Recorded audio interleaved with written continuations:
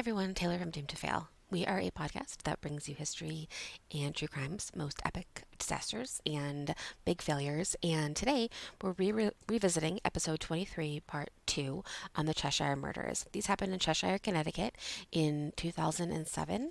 And two men broke into a home and murdered most of the family in a horrific, horrific home invasion. So if you're scared of that thing, this is maybe one to listen to and get a little more scared. Also, if you have read the book In Cold Blood and want to talk about it, let me know. I'd love to talk about it. It's honestly one of the scariest books I've ever read. Hope you enjoy. If you have any questions or ideas, we're at doomedtofailpod@gmail.com. Please, please, please share and tell your friends and leave us reviews. We really need more people to listen so that we can keep doing this. So if you can share, that'd be awesome. And then we are also almost done with our re-releases. So this is 23, part 2, the Cheshire Murders. In the matter of the people of the state of California versus Orenthal James Simpson, case number BA096. And so, my fellow Americans, ask not what your country can do for you.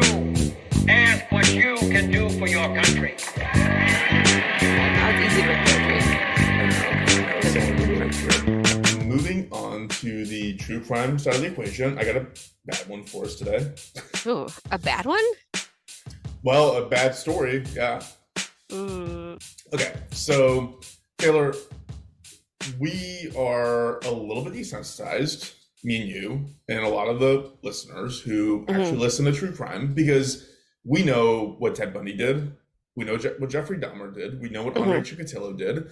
Yeah. And you look at that stuff and you're like, can anything possibly surprise you about what humans are capable of doing to each other?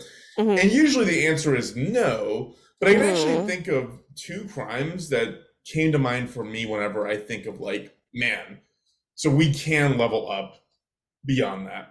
One of them I've already covered. One of them was actually Lawrence Bittaker and Roy Norris and what they did to that poor girl in that van that we covered forever ago. The toy box? Yeah. Yes. No, Toolbox. Toybox is the different guy. Both are awful. Both are awful. But like this story that I'm going to describe has a lot in common with that. First off, it's not a romantic relationship that got two people together. It was like a criminal relationship that got these two people together and put each other in each other's orbit. And the other one is that it kind of stuck out in my mind about how cruel it is. I'm going to say this. I went back as I was researching this and was like, why did this stick in my mind as being so bad? Because now in hindsight, I've definitely covered worse crimes. I think the part of it that makes it so bad is that the things that happen to these people in and of themselves are awful. Like, I'll admit that they're awful, but they're not like crazy. Like I've definitely heard of worse things that happen. I think what it is the randomness of it and the type of victims that they were. So the type of victims they were like very upper class income, successful white people. They were the perfect like little nuclear family. And the randomness of what happened to them is just like, how on earth? It's scary because it feels like, oh, this could literally just happen to anyone at any time. Like, I was actually doing the math on this. It was like, we're probably gonna get into an argument over this because I can understand reading a story like this why people are so gun happy in this country, because it's like, wait, somebody can come into your house and do that to you. And yes, the outcome is that like also people can go into schools and shoot kids. Like I get the juxtaposition there, but almost like, if this ever was a thing that I thought was possible in my life, I would definitely go get like a gun and want to kill somebody that came in my house and did this. So anyways, that's the framing. Yeah. I'm thinking what you're going to say, and it's awful. And also, yeah, you're afraid of the randomness. Yeah, the randomness of it is like, what is so freaky? Like, I mean, that's the part of it that I think just, because again, like, what ended up happening to them, like, wasn't like the most violent thing I've ever read. It's more like, just like, damn, like, really, like that's just like, that could be your life. It reminded me, it's basically like the Strangers, right? It's like, it's a randomness of like the Strangers. Like, that's the story. But so we're gonna get into our two main antagonists first. First off, we have a guy named Joshua Andrew Komisarjevsky. Okay. I was just writing this. I was like, man, I should have had Taylor do this because she is so much better at pronouncing these crazy names than I am. Josh, far more so concerned. This has so many more syllables on my name. Like my name looks hard because people are lazy, but if you actually look at it, it's not that hard. This has It's true. Komisarjevsky, whatever. I'm gonna call him Josh going forward. Great. So Josh was actually he was born to a 16-year-old mother and some mechanic that was barely old enough to like get someone pregnant, basically, and he was immediately sent off for adoption. Normally, I would say that this guy was dealt like a pretty bad hand, given that he was born into these circumstances. But he was like adopted at 2 weeks old by what I'm going to describe as mostly normal people. Mm-hmm. They were religious lunatics who basically would put him in Bible camps. And as far as I can tell, I would classify them as like evangelical. The one thing that did happen to him that was obviously horrific was being molested by an uncle. And the way the family dealt with that was you need more religion. So that wasn't great. Like his mental health was not super well taken care And the of. uncle didn't like go to jail or anything, huh? No, of course not. And I Yikes. mean, yeah, you'll see this play itself out later on, like that molestation piece of it will manifest itself later on. It's interesting because he his family, the family that adopted him, came from like these this crazy background. Like his grandfather was apparently one of the most influential theatrical directors ever, and his grandma was a Lithuanian princess. Whoa, I cool. mean, yeah, like, it has no bearing on any of this, but like these people were very, very waspy. You know, I saw a documentary about this crime that we're going to discuss, and they interviewed like his uncle and aunt, and dude, their house looked like one of the coolest houses you'll ever see. It was like a glass house. It was insane. Like, these people were like very, very waspy. Yeah, yeah. This all happens in Connecticut, the home of the wasps. So just so we're clear, that is true. We know that. So around the time Josh was 12 or 14, this is when the molestation piece kind of manifests itself. He also had a sister who was also adopted by this family, and that sister accused him of molesting her. Yeah. Which is like the cycle you see, right? Like if somebody gets Yeah. molested, like, they just keep kind of perpetuating that cycle. So, and around this time, Josh was also doing some other petty crimes, such as breaking into homes and burglarizing them, which is like an insane thing to do when you're like 12 to 16 years old. But he did it a lot. Josh My was, my lib my, I'm sorry, my libertarian cousin who was like it was like what did he say? He says, oh, the one who said that like he said America is the least racist country now on Facebook, and I was like, oh my God, it was like super embarrassing. But I wanted to say to him to say, oh yeah, because do you remember when you got arrested for breaking into houses when you were 15 years old? Were you afraid the cops were going to shoot you? No, because you're white. You're white. But I left that out because I'm pretty sure it's a felony. But he definitely did so that. so I was literally talking to someone about this.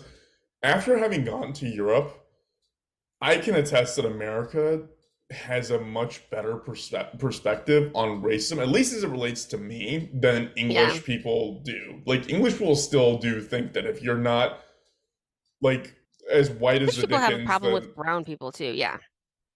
yeah, it was that was a unique experience. It was like living in America like in the 1990s as me. Like I was like, wow, this is crazy. Wow. But yeah, good point.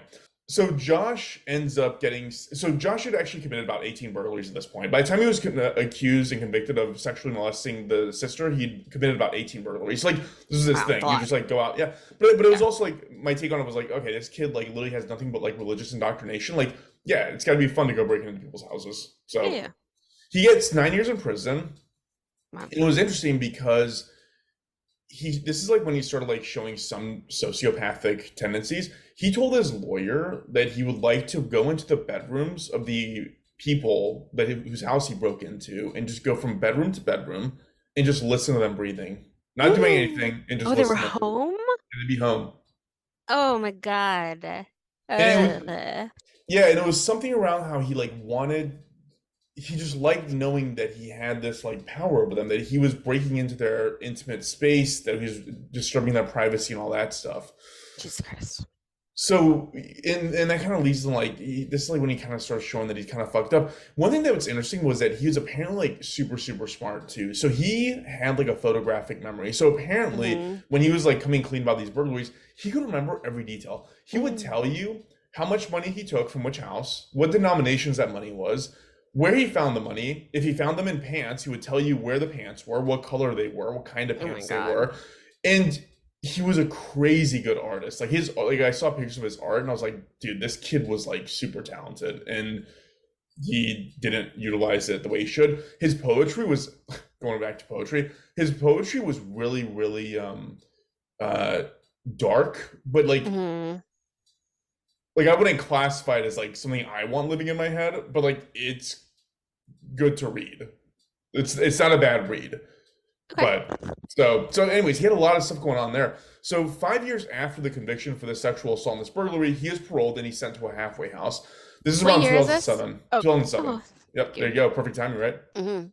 And this is when he would meet the other antagonist of our story, a guy named Stephen Joseph Hayes, who very recently, as of like 2, 3 years ago, came out as transgender and changed gender orientation. And so from here on out, I'll just refer to Stephen by his current name, which is Linda Hayes.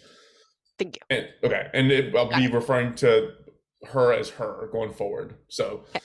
Linda was quite a bit older than Josh, and I think it amounted to somewhere around 17 years older than Josh is. The events we're discussing here, again, they happened in mid 2007. So Josh would have been 27 and Linda would have been around 44 years old. That being said, usually the dynamic that we talk about is how the older one manipulates the younger one. Hmm. That's really not the case here. Linda seemed like a total fucking burnout, nothing loser. Like she spent most of her life in jail for like stupid petty crimes, like breaking the window to a car to steal like a computer, like stuff like this. Like Hmm. Linda had been arrested about 30 times by this point. Like it was just petty, stupid shit. It wasn't like creepy, I'm gonna stand at the foot of your bed while you're breathing crimes. Like it feels like Josh was the one that was the most influential over the two Hmm. their dynamic with each other. Linda would Hmm. apparently try to OD and kill herself many times while she was younger. I actually watched this documentary. It's on HBO if you want to watch it. It's called The Cheshire Murders because it Hmm. happened in Cheshire, Connecticut. I watched this documentary and they interviewed Linda's brother, who I don't totally want to talk shit about because he seems like he has some kind of a degenerative disease, the way he moves his No. mouth and talks. He has like MS or Lou Gehrig's. I can't really tell what.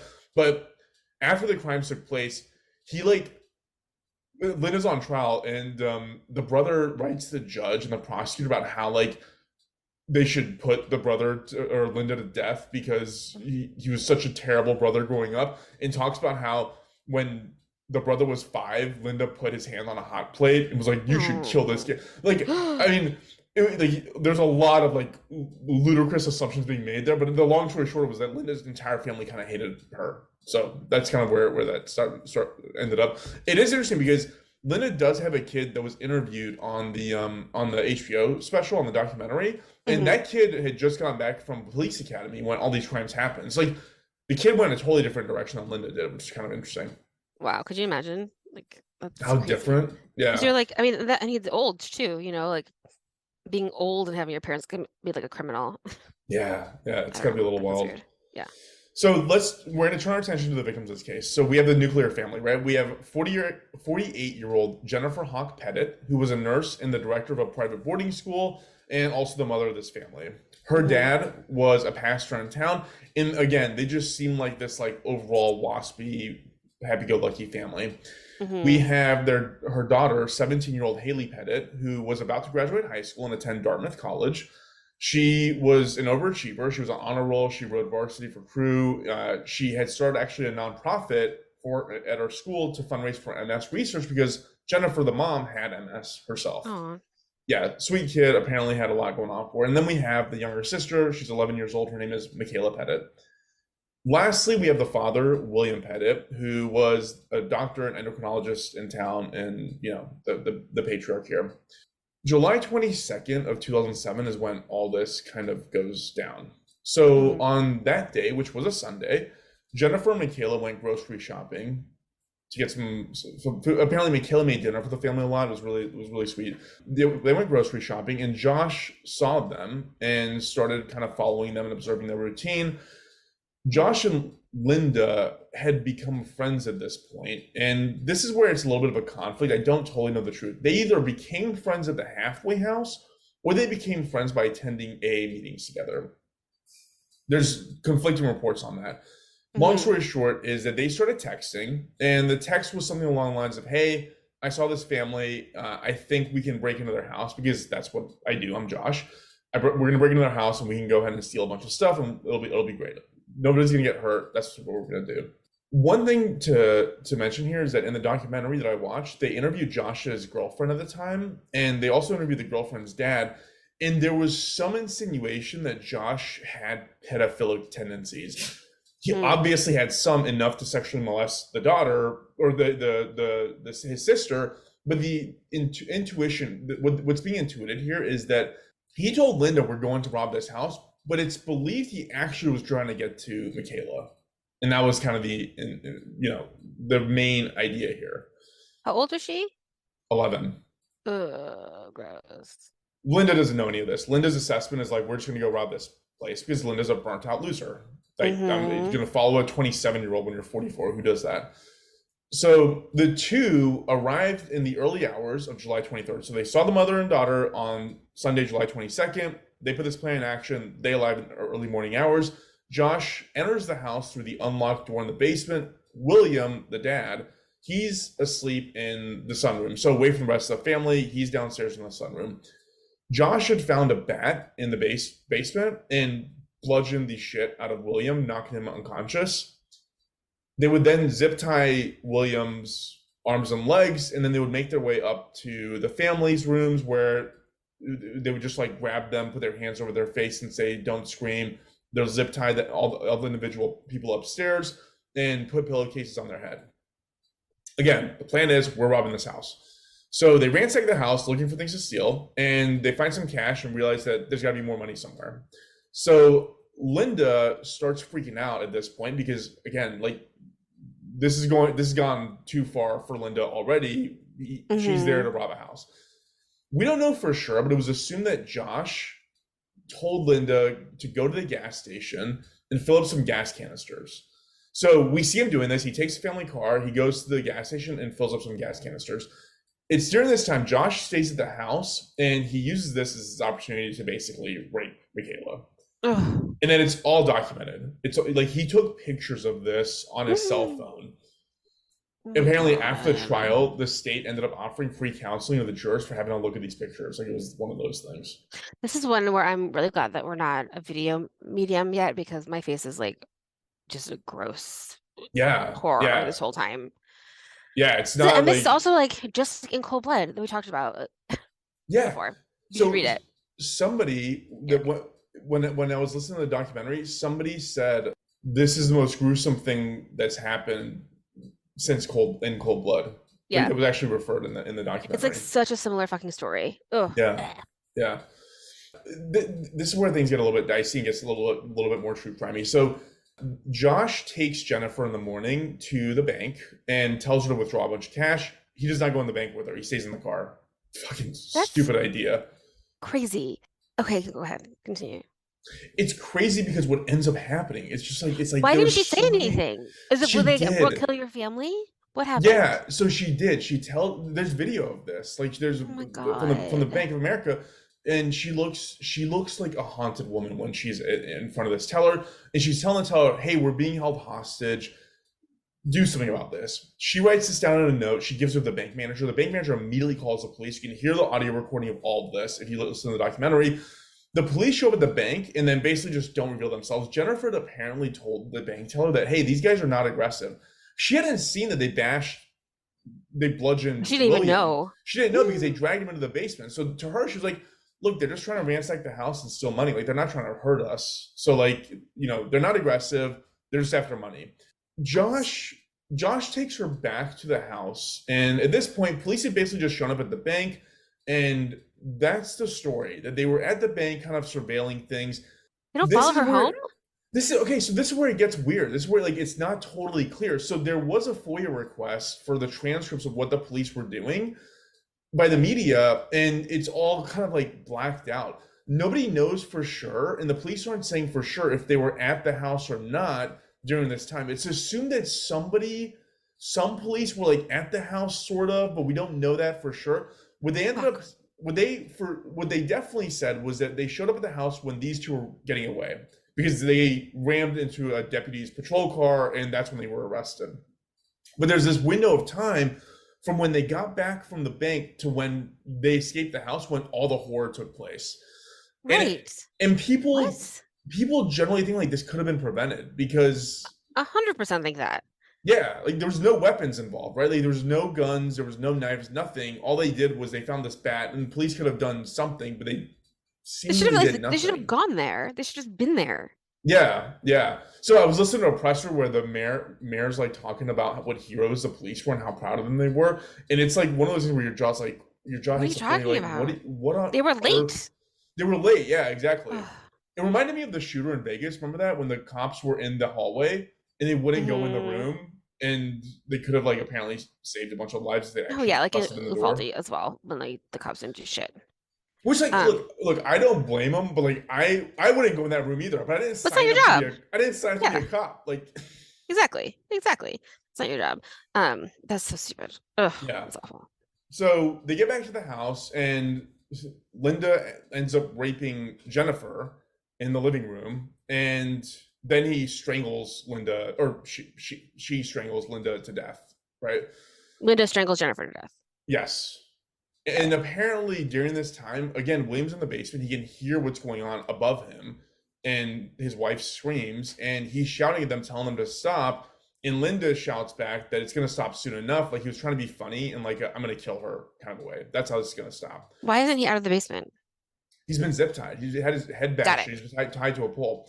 But he was, it's so sad too, because when you look at pictures of this guy after this all happened, because so many people were like, you could have saved your family. You should have saved your family. You should have done I'm whatever. sure. You look at his head, dude, they cracked his head wide open. Like he Hmm. was not in like a good position to like help anyone. But I can imagine as a man, and that's your family, like the events afterwards had to be like nightmarish for you. But Man, every basement has that like terrifying pole yeah, right. that you like run into on roller skates and or get zip tied to when someone's Or get dropping zip you. tied too. Yeah, Hmm. yeah. Remind me of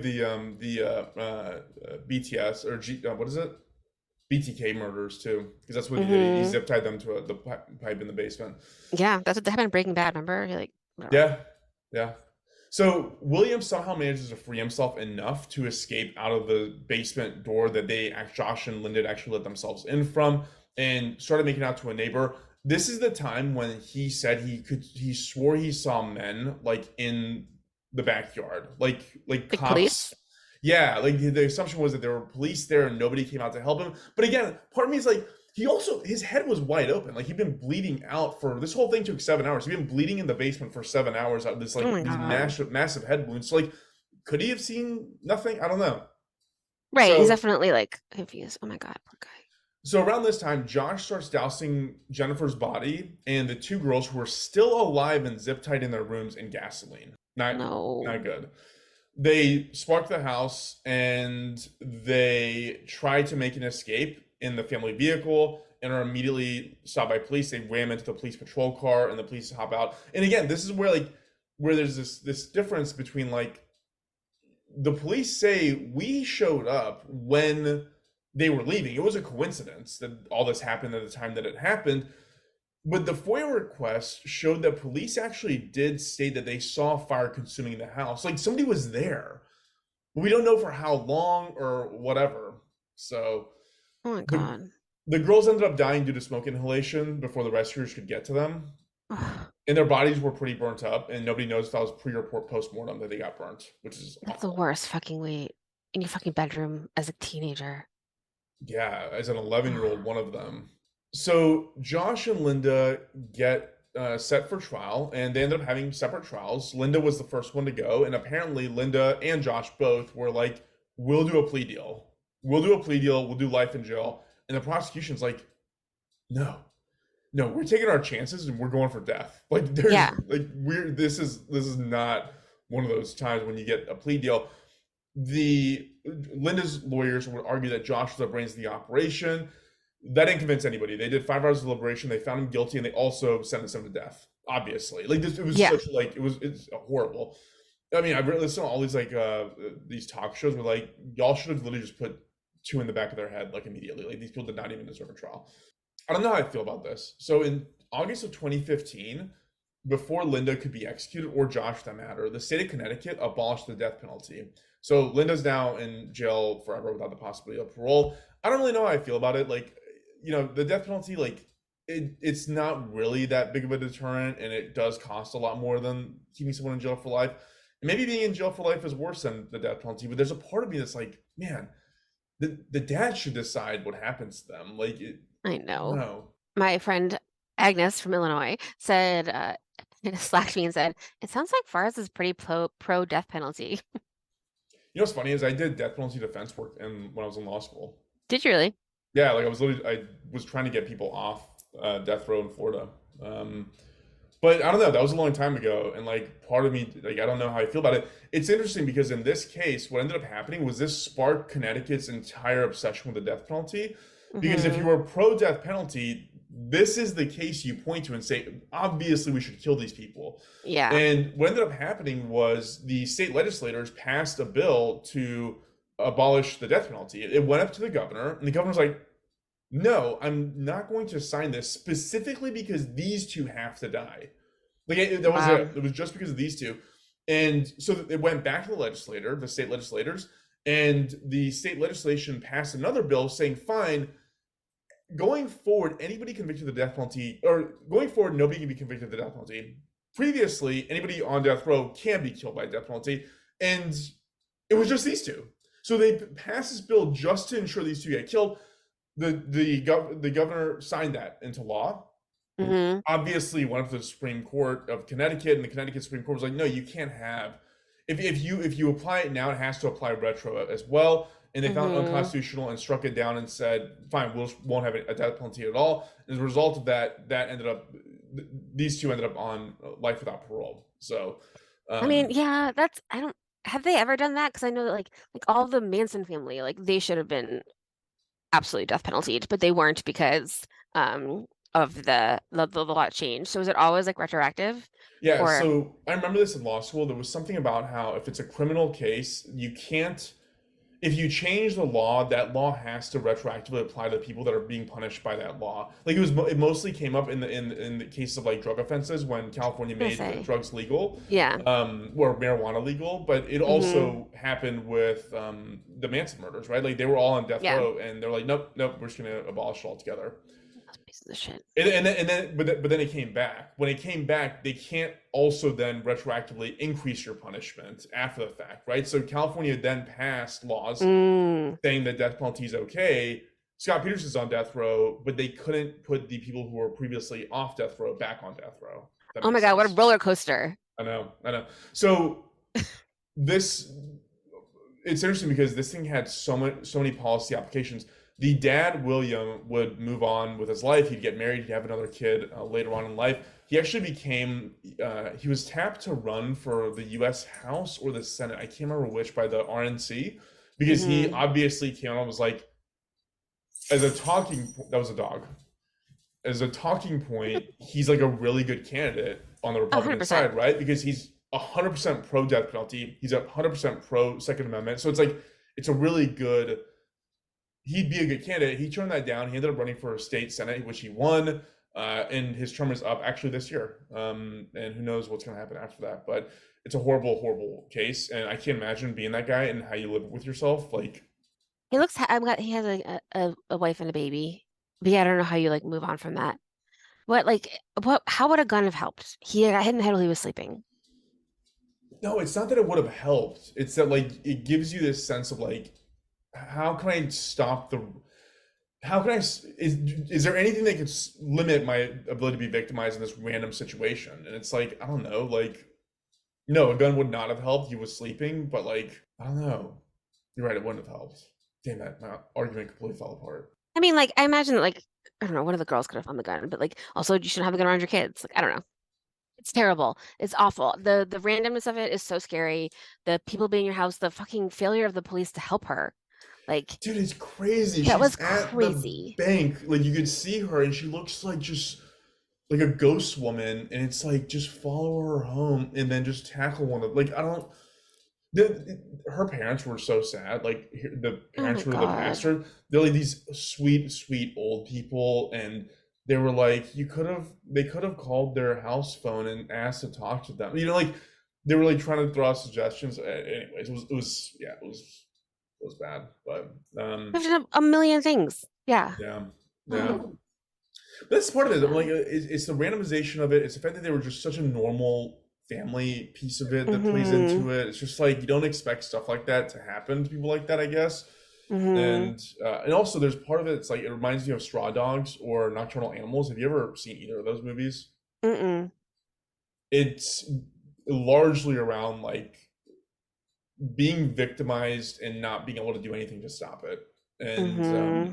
Nocturnal Animals is like really bad. So is Straw Dog actually. They're both really really bad. That But sounds terrible. I'm they're not gonna watch interesting. those. Yeah, they're I mean they're scary, but like I don't know, it's not scary in a fun way. It's not like The Conjuring scary. It's in like sexual assault scary. So, Yeah, yeah, yeah. I hate that. but yeah, that's my story today. Oh, that's terrible. I thought you were talking about a different one because there's another one, another family that like something similar happened to. Um, Who?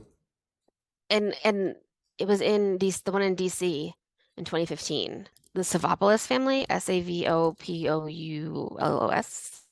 And they had two daughters who were out of town, and one of them is on Instagram, and she's like talks about her life and being like, "What do you do?" You know? I mean, what happened? Somebody broke into their house? Yeah, and killed the mom and the dad and the housekeeper and the little boy. It's Why? terrible. Random? To steal money. He was like, I think he was someone. I'm bringing Wikipedia really fast. He like knew them in some way, but it came back to he was someone that they had fired, I guess. Okay, so it's not like entirely randomized. No, but it's still like in your house kind of killing. Would a gun have helped them? Ugh, I'm gonna lock all my doors. Yeah, no I don't kidding. know if a gun would have helped them. God, I'm so glad I have Luna. That's true. I feel so safe when she's here.